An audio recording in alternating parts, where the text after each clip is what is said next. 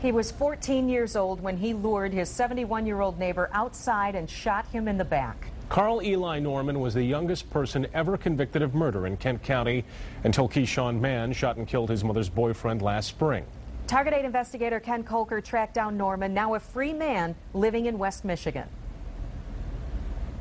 Like I say, I sit out here sometimes by myself and just look around, and sometimes I just feel like, I don't, deserve this, you know what I'm saying? Deserve what? Freedom? Yeah, well... I do a lot of praying, just sitting in my chair out here on the porch at night for different people. Eli was one of them, that he would change his life around, make my dad's death worthwhile, so that he didn't die in vain. The son of 71-year-old victim Farron Raymond still waits for an answer to that prayer. Carl Eli Norman, who goes by Eli, is among the youngest killers ever convicted in the state, and for that matter, the country. He was all of 14 at the time, an 8th grader at Cedar Springs Middle School. Until this year, he was the youngest in Kent County. Yeah, I didn't know that. You didn't know that? Nah. He lost that distinction in June when 13-year-old Keyshawn Mann pleaded guilty to shooting his mom's boyfriend in the back of the head. Second-degree murder, just like Carl Eli Norman 15 years ago. It happened just before 5 in the afternoon on April 12, 1995. Carl Eli Norman making it here about 100 yards from his parents' house, luring his neighbor outside near this fence where Raymond once raised goats. He shot him twice in the back with a shotgun, a pair of .410 deer slugs. Then he went home and made popcorn. Farron Raymond's son got a call, then rushed from his store in Cedar Springs. My dad was laying there on the ground, still alive, and he couldn't talk. And between him and I could almost tell what he was saying. Take care of your mother. And that's what we've been doing through the years. I just stood there. Like I say, we kind of conversed back and forth with our eyes. The prosecutor never pinned down a motive and is left with speculation about shooting for sport. It's a thought that crossed my mind that he was just having target practice instead of shooting birds or rabbits. He wanted to see how, what it would be like to shoot a human. Carl Eli Norman wouldn't talk to us about why. You don't want to talk about that? Okay. Any statement, Mr. Gersh? Briefly. In juvenile court charged with murder, the emotionally impaired student with a long history of run-ins with police showed no emotion. I just thought that I thought it was a wrap. I thought I was going to go away forever, you know what I'm saying?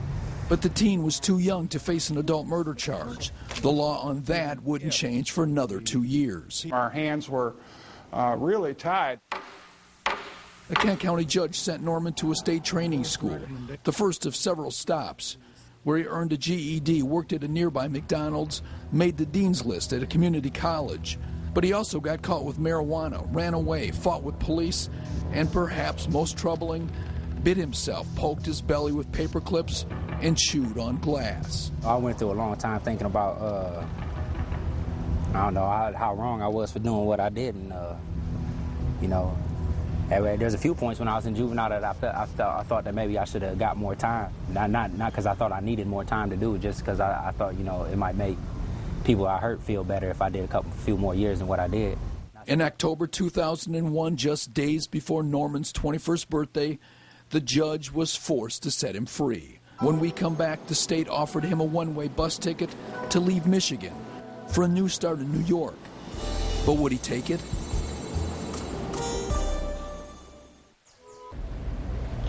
After almost 7 years in juvenile programs meant to reform him, Carl Eli Norman, who killed a man when he was 14, became a free man. Our story continues with Target 8's Ken Kolker.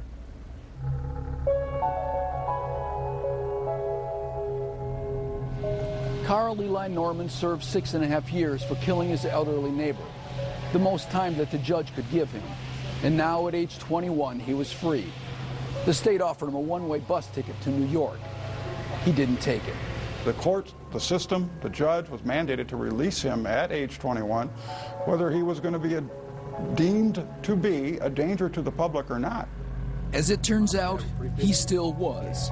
Within 8 months, Norman was living in an apartment in Kentwood and cooking up a plan with friends. To rob a local dope dealer. They lured the man with the promise of sex, then planned to take his money. Guy never showed up.